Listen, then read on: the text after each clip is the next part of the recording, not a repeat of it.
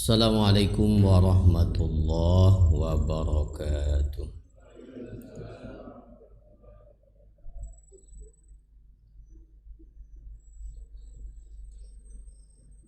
Bismillah, alhamdulillah, wassalatu wassalamu ala rasulillah wa ala alihi wa sahbihi wa man wala. Kita awali doa pembuka seperti biasa terlebih dahulu. Bismillahirrahmanirrahim. Radina billahi rabba wa bil islami dina wa bi Muhammadin nabiyya wa rasula. Rabbana zidna ilman nafi'a warzuqna fahman wasi'a. Allahumma rzuqna fahman nabiyyin wa hifdzal mursalin wa ilhamal malaikatil muqarrabin birahmatika ya arhamar rahimin.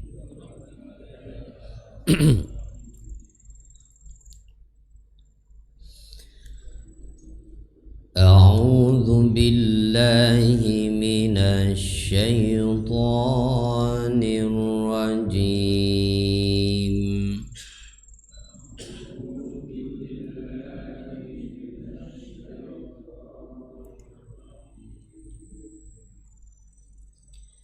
Bismillahirrahmanirrahim.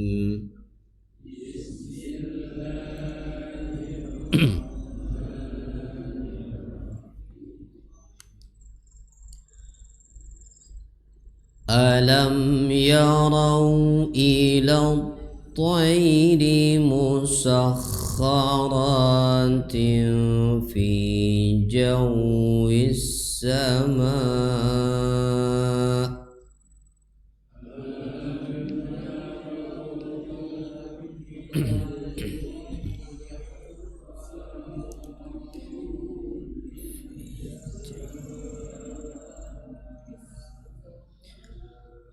Ma yumsikuhunna illa Allah.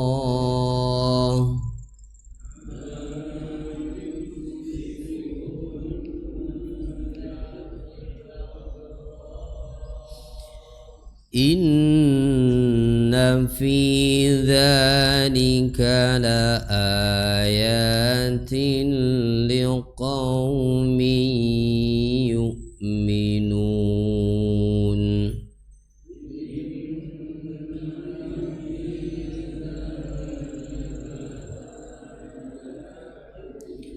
Liqaumin yu'minun.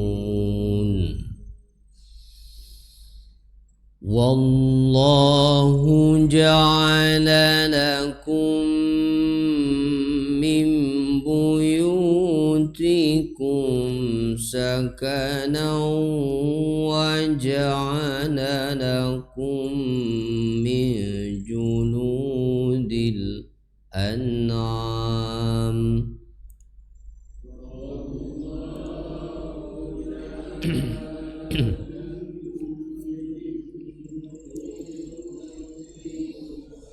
Sakana wa ja'ala lakum min juludil an'am wa ja'ala lakum min juludil an'ami buyutan tastakhifunaha yawma dha'nikum wa yawma iqamatikum.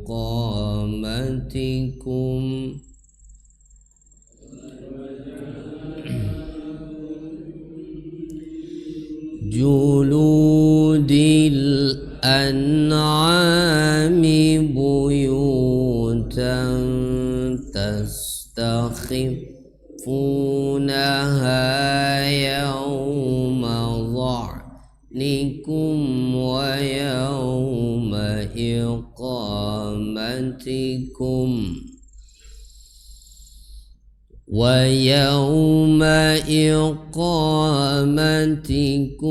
ومن أصوافها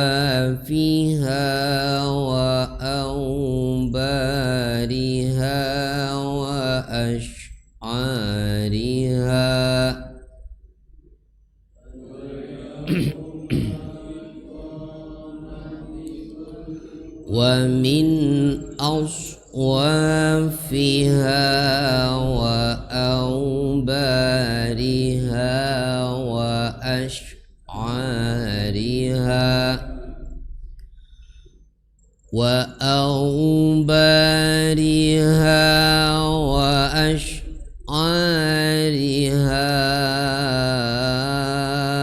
أثاثا ومتاعا إلى حين.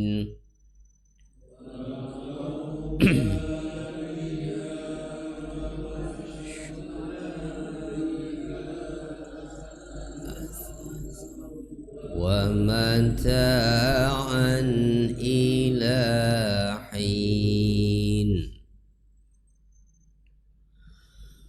والله جعل لكم مما خلق ظلالا وجعل لكم من الجبال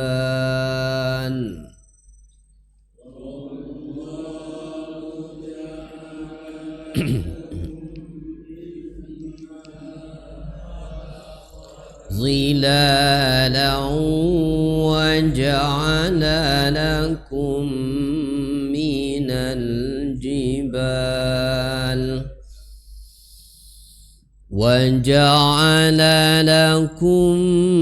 من الجبال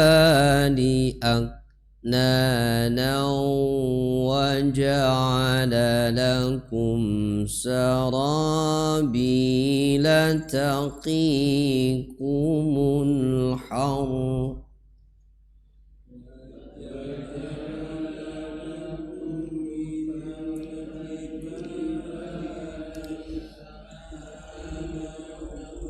وجعل لكم سرابيل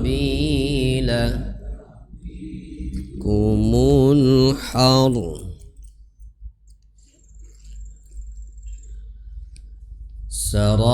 سرابيل تقيكم الحر وسرابيل تقيكم بأسكم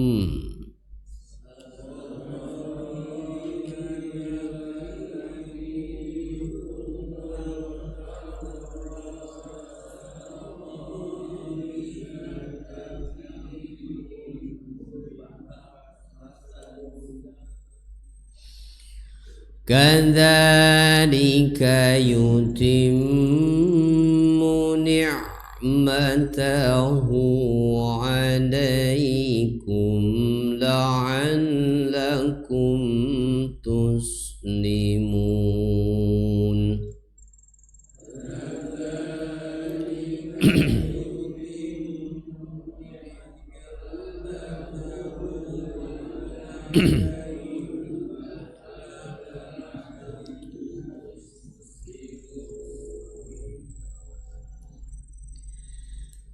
فإن تولوا فإنما عليك البلاغ المبين.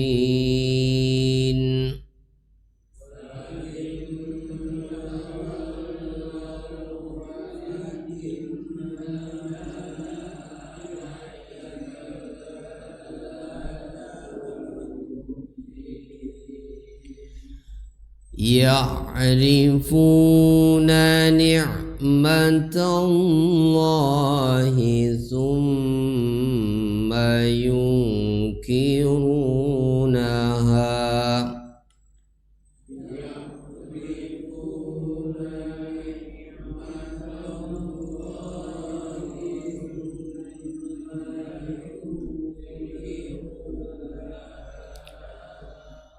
Thumma yunkirunaha wa aktsaruhumul kafirun.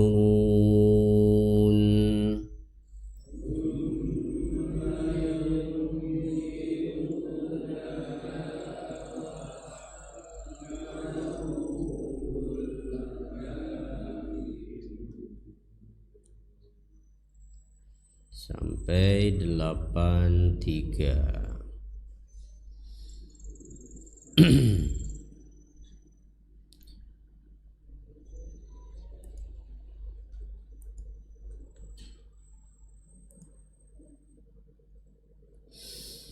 Ma zala siyaqul karimu fi taqrir tauhid wa da'wati ilaihi wa ibtali syirki wa tarki.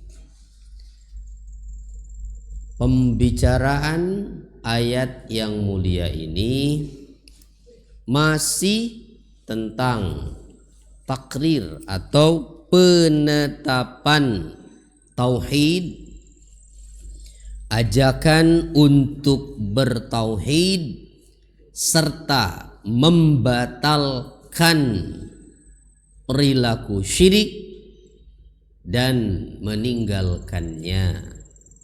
Nah, dengan firman Allah alam yarau, dari situ Allah ingin mengajak khususnya yang menjadi sasaran dari ayat ini awalnya adalah orang-orang Mekkah. Begitu, yang mengingkari kebenaran Allah, kebenaran Al-Quran, kebenaran Nabi Muhammad, yang mengingkari tauhid, bahwa hanya Allah yang berhak untuk disembah itu. Maka Allah mengajak mereka khususnya dan juga semua manusia secara umumnya untuk berpikir menggunakan akalnya. Maka Allah berfirman, alam yarau ila tayri musakhkharatin fi jawis sama. Alam yarau, tidakkah mereka memperhatikan? Yara asal artinya melihat, tetapi yang dimaksud di sini bukan hanya melihat dengan mata, gitu, tetapi melihat dengan mata hati, mata batin, dan memikirkannya dengan akal sehat. Merenung, bertafakur, gitu. Apa objeknya? Yang pertama disebut oleh Allah ini ila thair. Apa thair? Burung, ya, burung. Apakah mereka tidak memperhatikan burung-burung musakhkharatin yang ditundukkan? Asalnya begitu, ditundukkan, yaitu dapat terbang fi jawis sama, di angkasa, di udara dengan mudah. Musakhkharat asal artinya ditundukkan. Kenapa ditundukkan? Karena ma yumsikuhunna illallah. Tidaklah menahan burung-burung itu kecuali Allah. Nah, kalau di surat Al-Muluk apa ayatnya? Awalam yarau ila tayri fawqahum saffatin wa yaqbidun. Ya. Ma yumsikuhunna illa rahman. Sama ayatnya. Tidakkah mereka memperhatikan burung-burung yang terbang di atas mereka itu? Ya. Fauqahum saffatin wa yaqbidun. Di mana burung-burung itu mengepakkan sayapnya, membentangkan dan mengatupkannya, begitu. Ya, ma yumsikuhunna illa rahman. Hakikatnya tidaklah menahan burung-burung itu tetap terbang di udara kecuali siapa yang menahannya? Allah Ar-Rahman. Bukan semata-mata karena dia punya sayap, bukan semata-mata karena dia mengepakkan sayapnya itu dan mengatupkannya, tetapi karena Allah yang menahannya di udara. Begitu, yakni Allah dengan kehendaknya, dengan pengaturannya, itu dengan tadbirnya. Ya, tadbir itu pengaturan, itu yang ada di alam ini, menjadikan bagaimana Allah menciptakan sayap-sayap burung itu sehingga menjadikan sebab burung itu bisa tetap menahan dirinya di udara, ya, menahan dirinya di udara itu, dan akhirnya ternyata ilmunya ditiru untuk membuat pesawat. Ya. Bagaimana sayap burung itu? Kenapa dia bisa terbang? Apa yang terjadi? Nah, hakikatnya berarti ya Allah yang menjadikan demikian. Allah yang menundukkan burung itu. Karena Allah yang menciptakannya, Allah yang memberinya sayap. Nah, terus yang membuat pesawat bisa terbang di udara siapa dong? Pilot.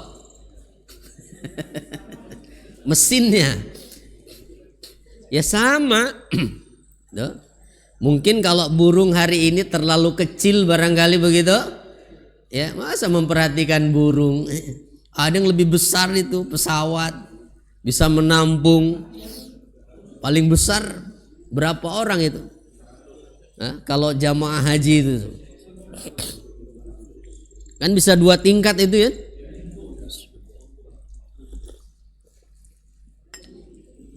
Nah itu gimana?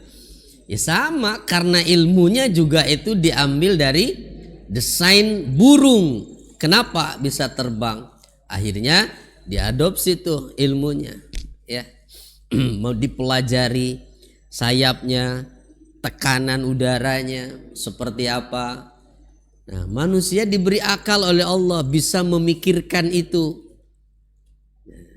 Bahan-bahannya disediakan oleh Allah untuk bisa menciptakan bahan-bahan pesawat itu. Jadi walaupun yang memproduksi ya pesawatnya adalah manusia, tapi hakikatnya berarti yang menjadikan manusia bisa menciptakan pesawat ya Allah juga. Ya, karena diberi kemampuan akal untuk berpikir. Kenapa? Ya buktinya kalau Allah menghendaki, walaupun mesinnya katanya layak terbang, pesawatnya masih bagus, kalau Allah menghendaki jatuh, ya jatuh aja.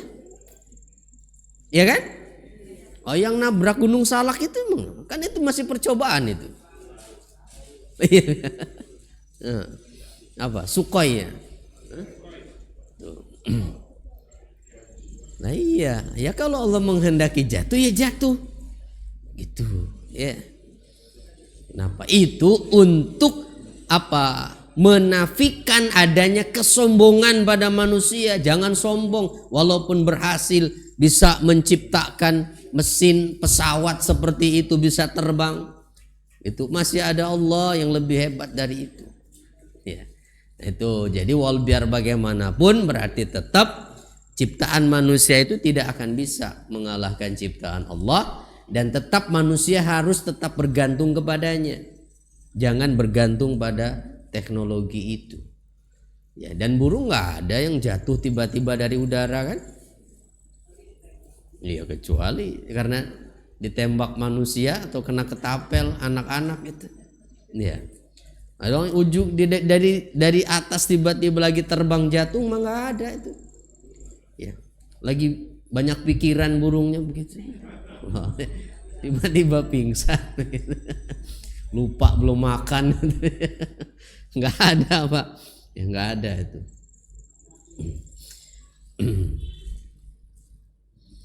Nah, inna fi dzalika laayatin liqaumi yu'minun. Sesungguhnya pada yang demikian itu terdapat tanda-tanda kebesaran Allah bagi siapa? Bagi kaum yang beriman.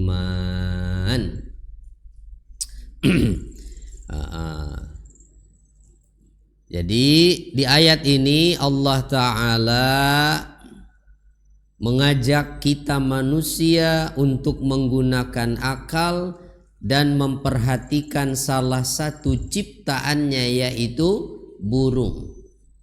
Bagaimana Allah menciptakan burung dengan aneka ragam macamnya. Banyak macamnya tuh burung itu. Ya, bahkan termasuk burung yang mungkin yang nggak bisa terbang juga ada kan? Hah? Burung onta itu. Karena terlalu besar itu ukurannya ya. Nah, kalau penguin jenis apa itu penguin? Jenis burung juga kan? Iya. Apa jenis bebek dia masuknya itu?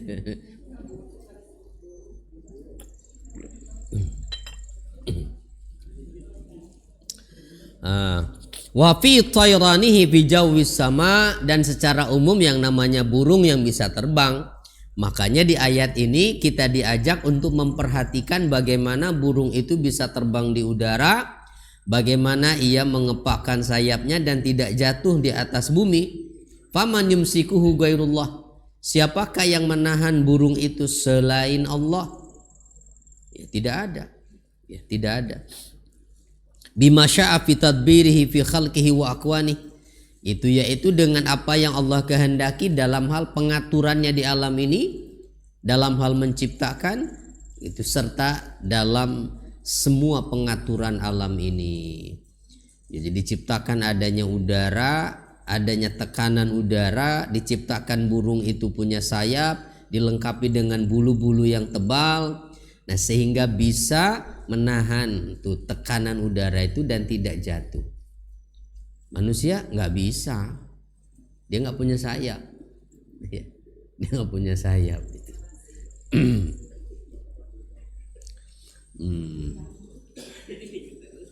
Hanya berandai-andai saja tuh, andai aku punya sayap begitu.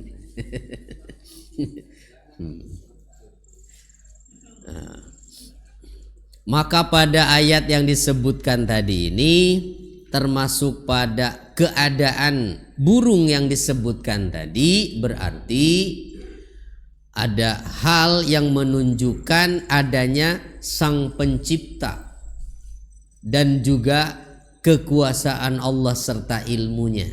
Bagaimana Allah menciptakan burung, bagaimana Allah mengatur burung itu bisa terbang. Nah, ini kalau orang yang beriman yang memperhatikan itu, maka akan bertambah imannya.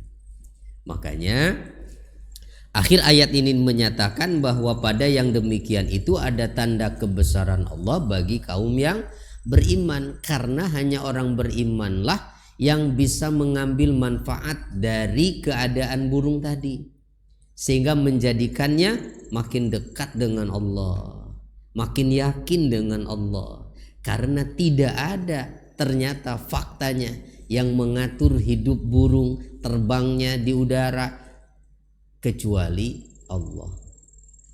Dari mana kita menemukan itu? Al-Quran. Tanpa ada informasi dari Al-Quran, akal kita mungkin tidak akan bisa menemukan itu. Ya, mungkin hanya mentok pada yaitu adalah hukum alam. Udah mentoknya di situ, hukum alam semua. Iya, hukum alam itu. Tetapi kalau orang yang beriman, nah makanya kalau hanya akal saja itu tidak cukup bagi manusia untuk menemukan Tuhannya. Butuh informasi tambahan dari wahyu yang disampaikan Allah agar manusia menemukan kebenaran yang hakiki. Nah, karena informasi ini datang dari pencipta alam langit bumi ini, ya tidak mungkin bohong. Ya, pasti benar. Begitu ya. Nah, makanya Quran ini dihadirkan untuk manusia. Ya. Makanya sayang manusia yang diberi akal kalau mereka belum baca Quran. Bisa jadi mungkin banyak orang itu menolak ya ajaran Islam, agamanya, menolak Allah sebagai Tuhannya karena mereka belum baca petunjuk Allah yang ada di Al-Quran ini. Bisa jadi begitu. Lah kitanya orang Islam saja kan baru ini mempelajarinya. Ya. Sudah setua ini baru itu ya mempelajarinya, ya Allah. Ya alhamdulillah masih dikasih kesempatan oleh Allah untuk mempelajari Quran ini. Ya buat kita yang sudah beriman ya alhamdulillah jadi tambah iman lagi itu. Ya karena memang sifat orang beriman begitu kan. Idza tuliyat alaihim ayatuhu zadathum imana. Apabila dibacakan ayat-ayat Allah pada mereka, bertambahlah imannya. Nah, ayat-ayat Allah itu bukan hanya ayat-ayat yang ada tulisannya seperti Al-Quran ini, tetapi juga ciptaan Allah yang ada di alam. Itu juga sama ayat-ayat Allah. Nah, bagaimana dengan orang kafir? Yang nggak begitu. Orang kafir sama sekali tidak tidak menjadi objek pemikiran mereka. Kalau orang beriman itu karena hatinya hidup, ya, wa yudrikuna wa yafhamun, sehingga mereka mampu memahami, mampu menemukan manfaat pengetahuan dari memperhatikan burung itu. Bi khilafil kafirina, berbeda dengan orang-orang kafir, fa innahum amwatul qulub, sebab mereka itu hatinya mati. Fala idraka wala fahmalahum, sehingga mereka tidak memiliki pemahaman tentang burung itu. Lihat burung, ya burung saja. Mereka nikmati suaranya. Mereka nikmati mungkin warna-warninya yang indah itu. Falam yakun lahum bidzalika ayah, dan dalam memperhatikan burung sekalipun bagi mereka itu tidak menjadi tanda kebesaran Allah.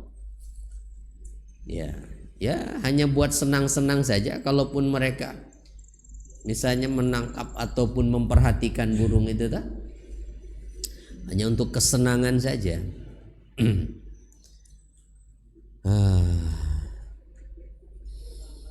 Banyaklah, bukan hanya dari sisi terbangnya burung itu ya, termasuk suaranya yang mungkin yang suka burung makanya sampai dilombakan itu makanya harga burung bisa lebih mahal dari sapi itu. Kan bukan karena dagingnya itu. Kalau ditimbang daging ya jelas menangan sapi lah. Ya, jauh kemana-mana ukuran dagingnya itu. Tapi kenapa bisa lebih mahal dari sapi itu? Karena suaranya luar biasa. Allah menciptakan burung itu punya pita suara seindah itu ya. Itu, dan setiap hari dia berkicau itu. Ya Allah.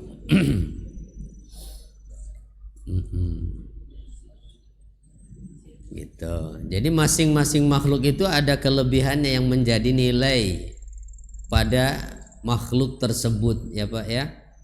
Ya kalau burung yang mungkin jadi mahal itu karena suaranya. Nah kalau sapi karena apanya? Dagingnya. Kalau manusia? Ya kalau manusia itu nilainya terdapat pada dagingnya, yang paling gemuk berarti yang paling hebat gitu ya. Tapi manusia itu letak nilai dirinya bukan pada fisiknya, tapi pada akhlaknya. Ya. Yang membuat kita dihormati, dihargai orang, itu adalah akhlak. Ya. Akhlak.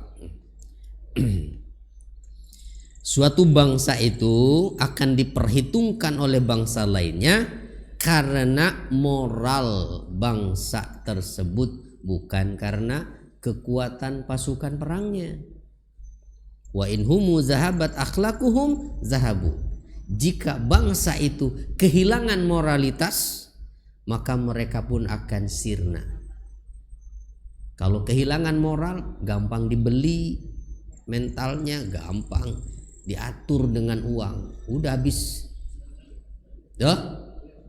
Ya, mau seberapa dia punya tentara, lah tentaranya bisa dibayar.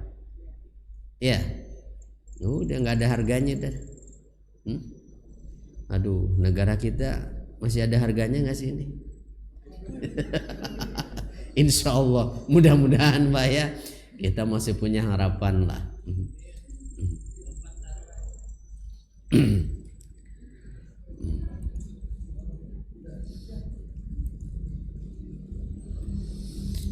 Aduh.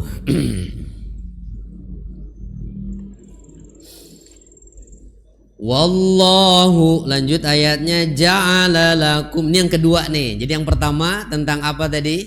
Burung, ya. Ada 4 di ayat yang kita baca siang hari ini yang menjadi tanda kebesaran Allah, yang menjadi objek tafakur nih, ya. Akan lebih mantap lagi kalau tafakurnya langsung tuh, ya. Lihat burungnya kali ya. Oh, yang terbang, yang macem-macem itu. Mana Keragunan Pak Saudara? Tempat burung ada. Di mana? Ada khusus itu, kandang burung ya.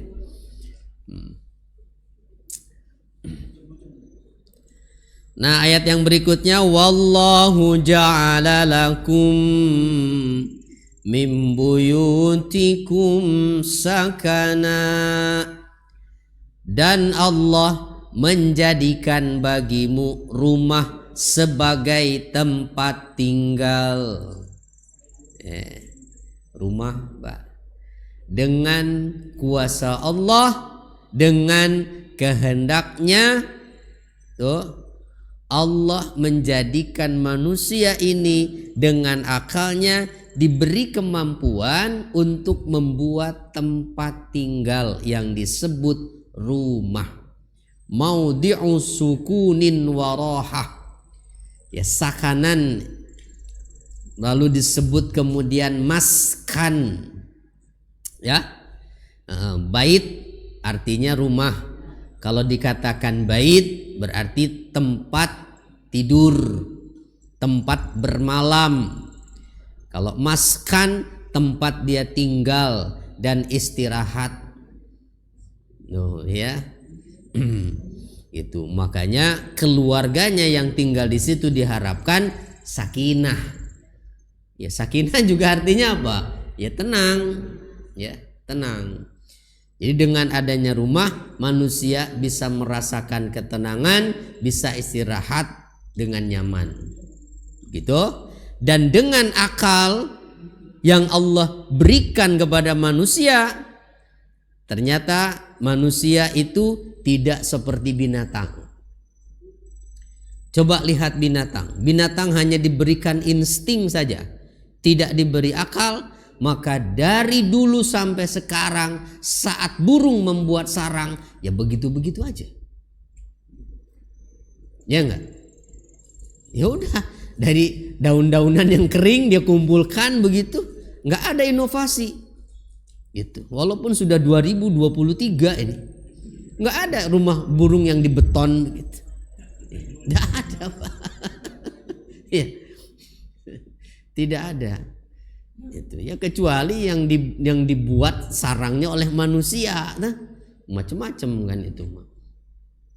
Tapi manusia coba lihat ya perkembangannya, Dari dulu zaman masih belum ada teknologi, akal manusia hanya mentok kemampuannya sampai membuat rumah itu dari kayu-kayu saja mungkin. Ya. Dan ya alasnya juga masih tanah mungkin. Belum kenal ada batu bata. Zaman dulu gitu. Ya, pakai rumah-rumah panggung kan di kampung mah tuh. Dari papan itu. Tuh, yang kalau di kolongnya banyak undur-undur itu, Pak. Masih ngalamin Bapak tadi. Rumah-rumah panggung itu. Ya, terus berkembang lagi, dikenal, kemudian ada batu bata. Makin ke sini dicor, makin ke sini ada keramik segala macam. Wah, luar biasa. Perkembangan terus berkembang. Karena apa? Karena akal. Jadi akal manusia itu ketika digunakan terus untuk berpikir, dia akan semakin cerdas. Ya, akan semakin cerdas. Makanya wajar kalau ada kemudian yang mengagung-agungkan akal itu. Tapi kita yang beriman tidak boleh. Ya. Justru harusnya kita mengagungkan zat yang telah menciptakan akal itu, ya. Itu bahkan dengan kemampuan akal Pak, hari ini teknologi itu banyak apa? Hari ini manusia sudah bisa menciptakan robot yang diberi kemampuan ya, intelijensi seperti manusia kan. Bisa diajak ngobrol begitu. Iya. Luar biasa itu. Itu manusia. Ya. Bagaimana dengan kemampuan Allah? Ya jauh lebih dari itu. Ya, jauh lebih dari itu. Itu. Baik, nah jadi rumah ini Allah menjadikan manusia bisa menciptakan rumah sebagai tempat tinggal, tempat menetap, tempat dia beristirahat, ya, sehingga kita bisa nyaman berada di dalam rumah. Semua yang bersifat privasi menjadi tertutup ketika kita di dalam rumah kan. Mungkin kalau terbuka kan malu kita, ya, dengan manusia lainnya. Tapi dengan adanya rumah menjadi tertutup semuanya. Nah makanya ketika ada persoalan yang berkaitan dengan penghuni rumah, selesaikan di dalam rumah, jangan dibawa-bawa keluar rumah. Gitu ya. Kalau ada masalah keluarga, selesaikan di dalam, jangan dibawa-bawa keluar. Marah sama istri, cukup di rumah, jangan dibawa-bawa ke masjid. Itu teman di masjid diomel-omelin, itu lagi marah sama istrinya. Sudah, selesaikan di rumah saja. Gitu. Alhamdulillah ya kalau di sini makan rukun-rukun Pak ya, nggak ada yang pada berantem sama istri ya. Nggak tahu.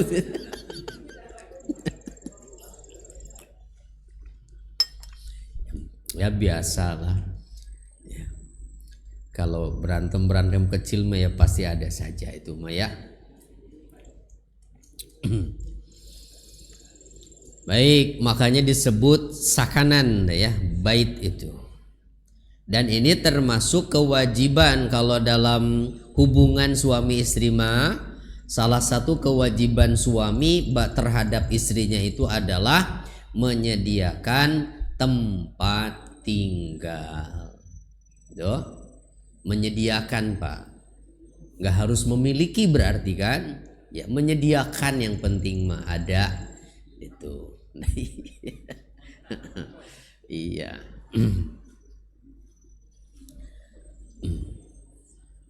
Lalu apa lagi? Jadi itu dua ya. Jadi berarti rumah ini juga adalah bagian dari tanda kebesaran Allah.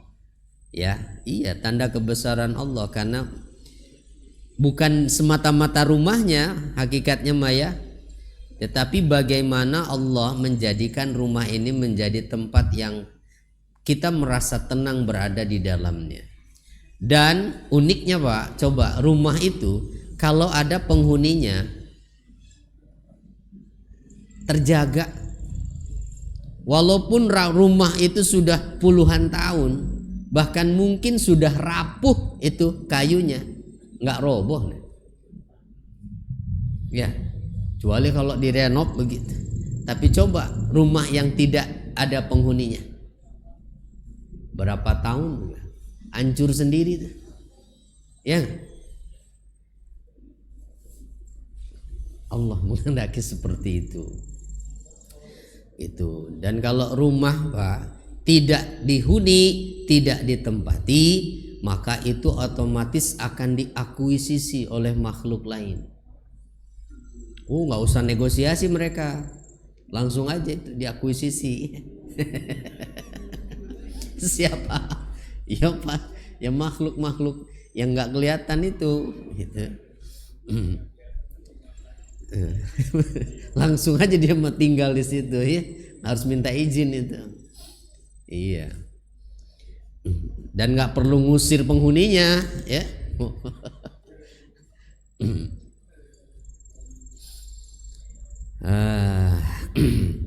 Yang ketiga, wa ja'ala lakum min juludil an'am.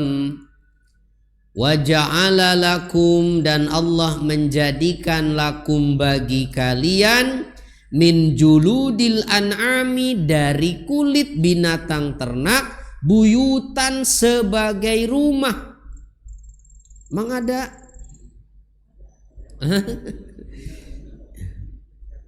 Iya, kemah, ya bentuknya begitu, khaymah katanya, ya. Wallahu wa ja'ala lakum min juludil an'am. Jadi kulit-kulit binatang yang kulitnya itu bisa dimanfaatkan oleh manusia. Salah satu pemanfaatannya itu ya bisa dijadikan bahan untuk tempat dia tinggal, jadi kemah, tenda-tenda begitu. Apakah itu dari unta, sapi ataupun kambing. Tapi ya walaupun kalau di kita si tenda mungkin bahannya juga banyak yang bukan kulit, ya. Ya mungkin dulu ya banyak yang memanfaatkan kulit-kulit binatang ini, ya. Mungkin enak kali lebih itu, ya, tebal tuh kalau kulit mah.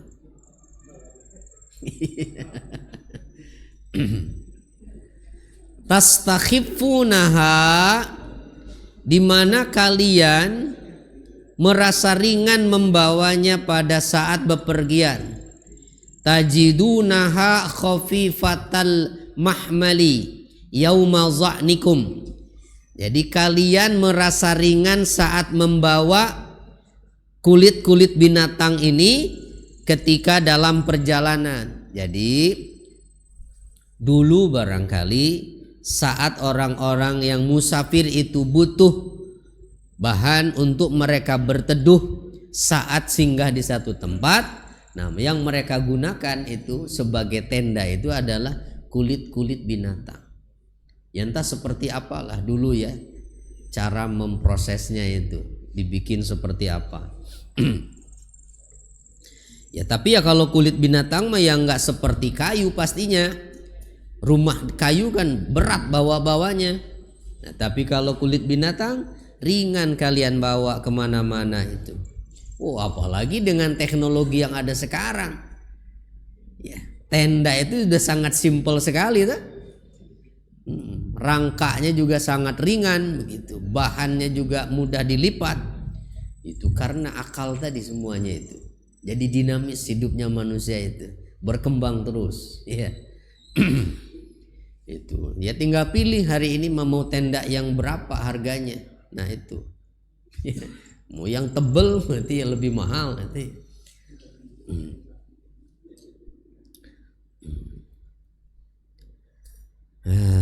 ya termasuk tenda-tenda untuk resepsi berarti Pak ya. Wah, itu. Mahal nggak itu? Ya tergantung ya. Tergantung maunya mau seperti apa. Yauma za'nikum itu ay irtihalikum fi asfarikum wa tanqilatikum, yaitu ketika kalian bepergian dan berpindah-pindah tempat. Wa yauma iqamatikum, serta pada saat kalian bermukim. Ay fi makanin wahidin kadzalik, yaitu berada di satu tempat, demikian juga kalian ringan membawanya. Jadi siapa yang telah menjadikan kulit binatang itu mudah digunakan, mudah dimanfaatkan untuk apa saja? Allah Subhanahu wa ta'ala. Bagaimana manusia bisa memanfaatkan itu? Karena Allah memberinya akal. Terus berpikir kan? Akhirnya menemukan sesuatu. Ya dari berpikir semuanya itu, dari mikir gitu. Jadi luar biasa Allah yang memberikan akal pada manusia itu. Lalu apa lagi?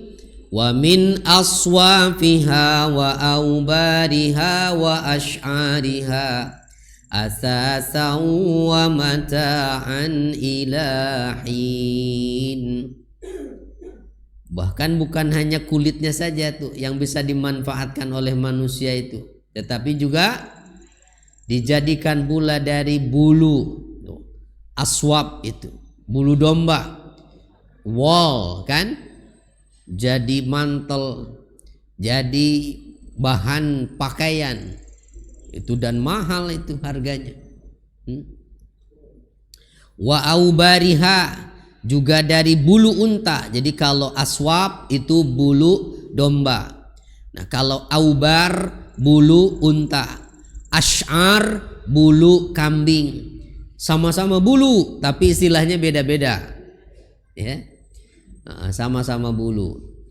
Bulu unta, bulu domba, bulu kambing tentu punya karakter yang berbeda-beda pastinya ya. Tapi semua itu dijadikan sebagai asasan peralatan rumah tangga.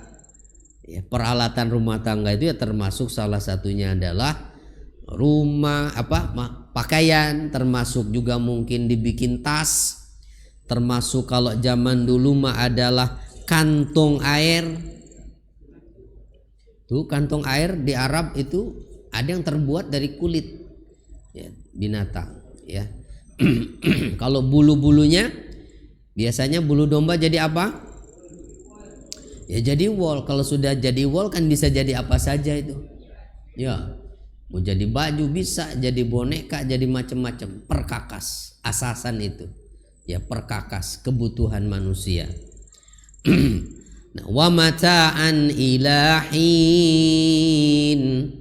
serta kesenangan hidup bagi manusia, tetapi tidak untuk selamanya. Sampai kapan? Ilahin, sampai batas waktu yang ditentukan, yaitu batas ajalnya.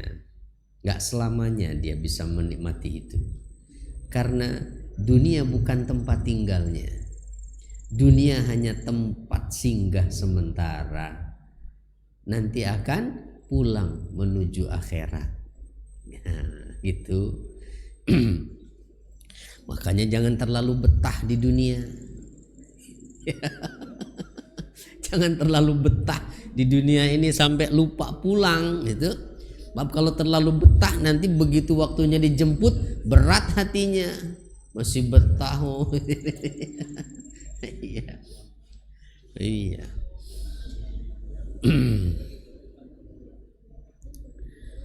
Aduh, insyaallah.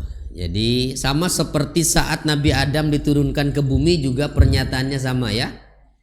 Walakum fiha mustaqarrun wa mata'un ilahin. Sama bahasanya, ilahin. Bagi kalian di bumi ini ada tempat menetap dan juga kesenangan hidup, tapi sampai batas waktu yang ditentukan yang hanya Allah yang tahu. Masing-masing kita berbeda-beda jatahnya. Ya, ada yang dikasih jatah 60 tahun, 70 tahun gitu. Ya, kita nggak tahu ya, sampai kapan itu jatah kita.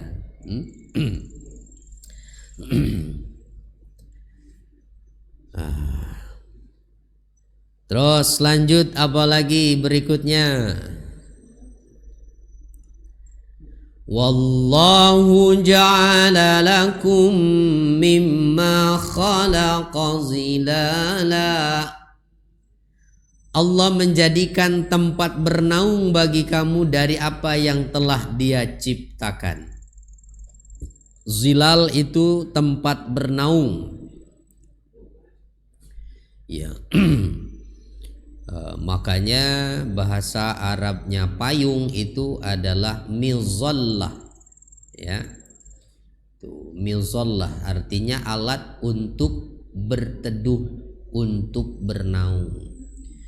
Jadi Allah dengan kuasanya dari apa yang Allah ciptakan yang beragam macamnya itu bisa dijadikan oleh manusia sebagai tempat mereka berteduh dari panas matahari ataupun dari hujan.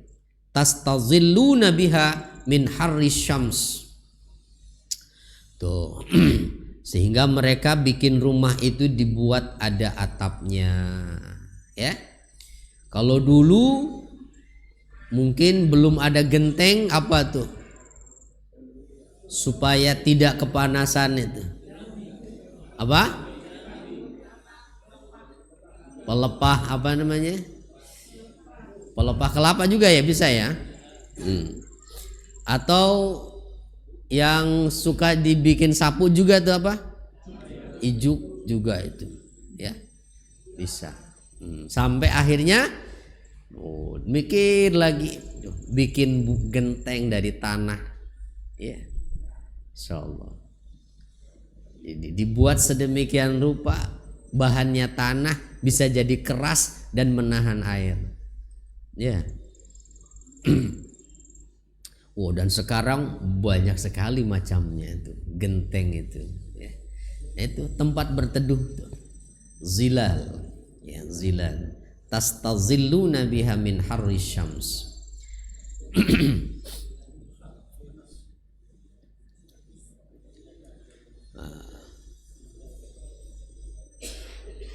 Ya termasuk mungkin ya tempat berteduh yang alami adalah ya pohon-pohon yang rindang, ya, yang pohon-pohon yang daunnya lebat begitu, dimana kita bisa berteduh di situ.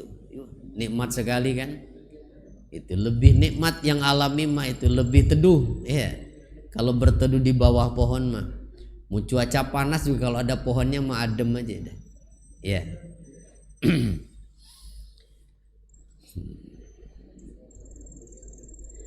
Tuh, makanya sorga itu digambarkan dengan kebun dengan pohon-pohon yang rindang kan. Tuh.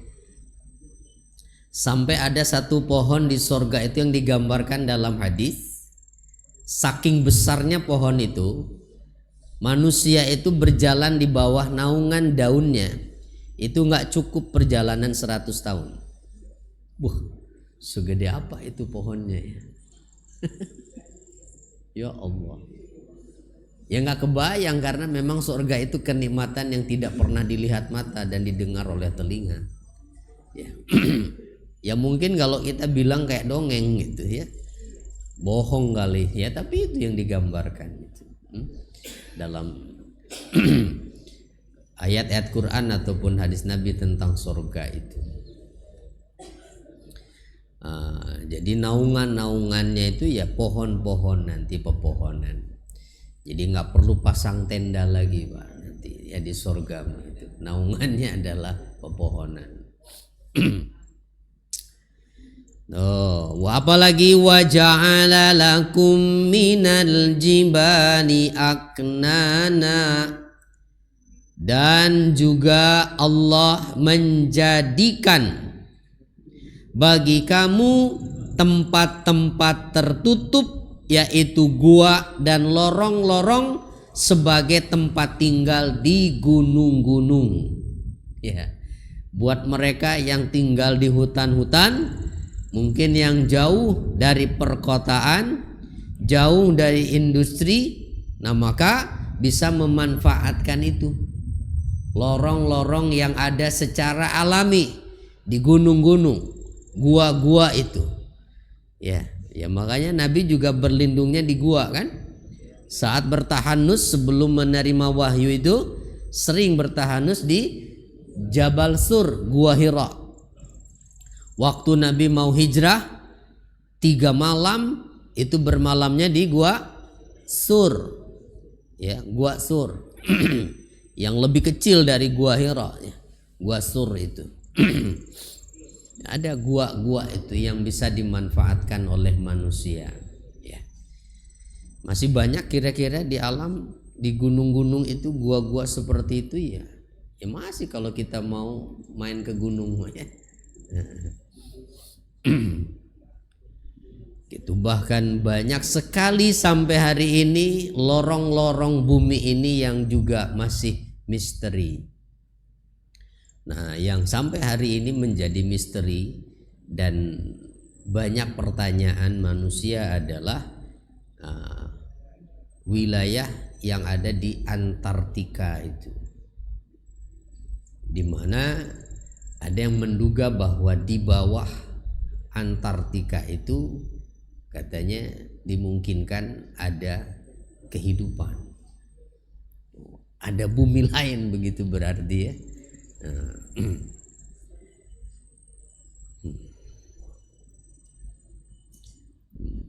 Makanya dijaga ketat kan itu oleh militer itu wilayah Antartika itu.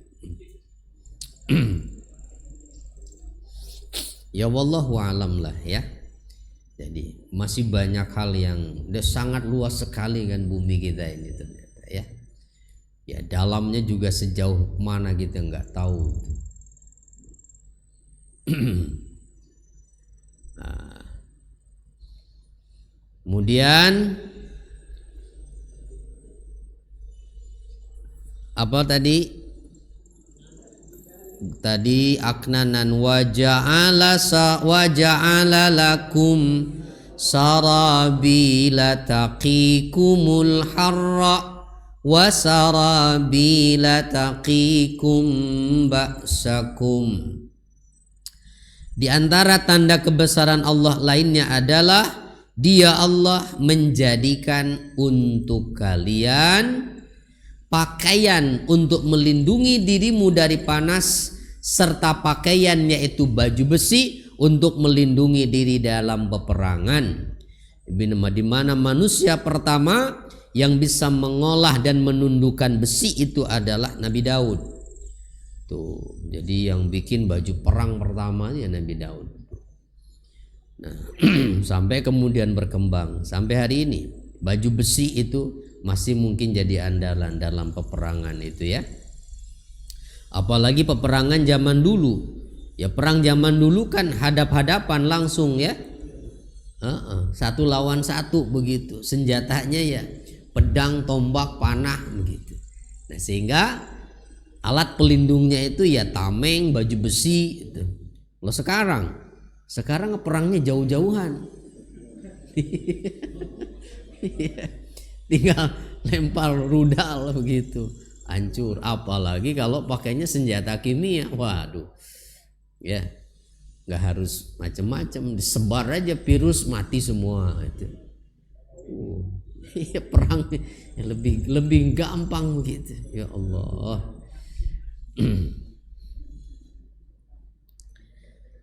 Aduh.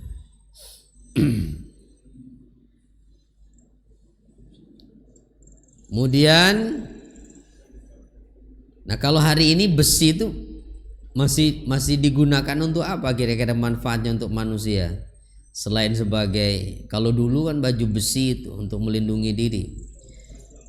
Ya sekarang juga masih dipakai tuh. Nah, iya. Yang menjadi lapisan beton-beton itu emang apa? Ya kan besi-besi baja itu. Ya kalau nggak ada besinya, ya nggak ada kekuatannya itu. nggak ada kekuatannya. Jadi pisau, terus jadi senjata segala macam. Ya, semua itu bahannya Allah sediakan ada di bumi dan manusia yang mengolahnya. Ya. Jadi tinggal menikmati saja manusia ya. Kadzalika yutimmu ni'matahu 'alaikum la'allakum tuslimun. Demikianlah Allah menyempurnakan nikmatnya untuk kalian semua agar kalian tunduk patuh berserah diri kepada Allah. Ya, jadi kalau manusia ini, apalagi mereka yang mungkin diberi kemampuan mengolah bahan-bahan alam tadi, ya, dengan kemampuannya lalu baca ayat Quran seperti ini, jadi tambah imannya pada Allah tuh ya. Tapi tanpa kita baca ayat Quran, ya mungkin menganggap itu semua biasa saja, ya kan? Ya biasa-biasa saja itu dalam kehidupan kita, jadi perabotan, alat-alat, bikin rumah, ya itu biasa. Tapi ternyata ketika diungkap di Al-Quran, yaitu adalah di antara tanda kebesaran Allah. Ya. Karena kalau tidak, bagaimana manusia bisa punya kemampuan seperti itu? Jadi itu nikmat dari Allah ya. Jadi nikmat terbesar itu berarti akal yang Allah berikan ini ya. Itu luar biasa, Allah memberikan manusia akal itu. Ya.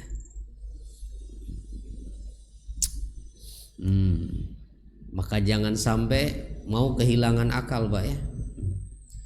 Iya, pakai itu akalnya untuk berpikir. Ya. Jangan sampai nggak dipakai itu.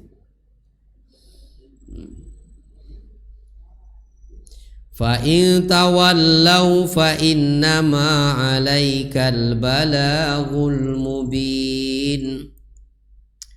Kalau kalian masih tetap saja berpaling, tidak mau tunduk pada Allah, masih tetap saja menyembah berhala, fa innama 'alaikal balaghul mubin, maka sesungguhnya kewajibanmu Muhammad hanyalah menyampaikan dengan cara yang jelas. Sudah. Bukan kewajiban Nabi memberikan hidayah itu. Nabi hanya menyampaikan saja. Ya'rifuna nikmatallah. Mereka mengetahui nikmat Allah itu. Mereka sendiri juga mengakui yang ngasih rezeki itu Allah, yang menciptakan langit itu Allah, yang menciptakan bumi itu Allah, yang mengatur matahari itu Allah. Kenapa dong? Sumayun kirunaha, lalu kemudian mereka mengingkarinya. Wa aktsaruhumul kafirun, bahkan kebanyakan mereka menjadi kafir, tidak mau menjadi penyembah Allah. Ya, nah ini bukti bahwa Allah lah yang berkehendak memberikan petunjuk itu pada hati manusia. Jadi kesimpulannya dari ayat 79 sampai 83 adalah tidak ada yang dapat mengambil manfaat dari ayat-ayat Allah kecuali orang-orang yang beriman karena hati mereka hidup. Sedangkan orang-orang kafir mereka tidak dapat melihat sedikit pun dari ayat-ayat Allah itu. Ya, semua dianggap sebagai hal yang bersifat alami begitu. Ya, hal yang ya tidak ada hubungannya dengan Allah. Ya, termasuk ketika terjadi bencana pun kan kalau orang kafir yang mengatakan ya itu adalah fenomena alam. Ya udah, fenomena alam aja udah. Ya semuanya fenomena alam.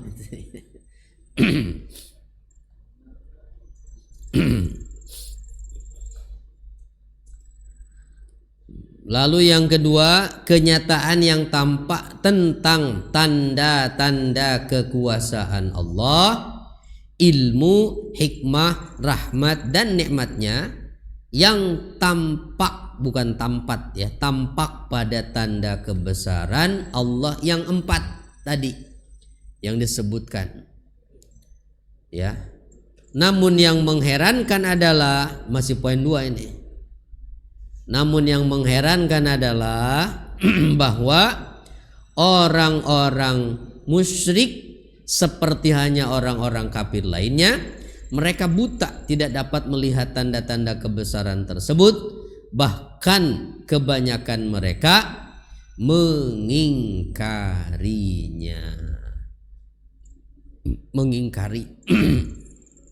itu.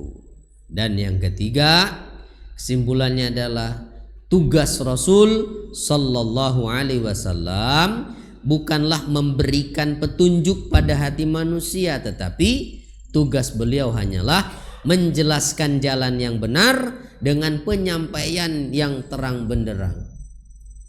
Ya, kurang jelas apa yang disampaikan melalui Quran ini? Semuanya jelas sekali ya, tentang kekuasaan Allah Ta'ala. Nah ini jadi cuman ada 3 saja kesimpulannya dari berapa ayat tadi? 79 sampai 83 ya. Alhamdulillah.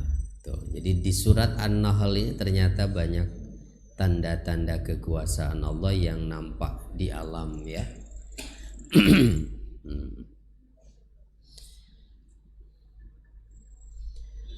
Alhamdulillahirabbil alamin.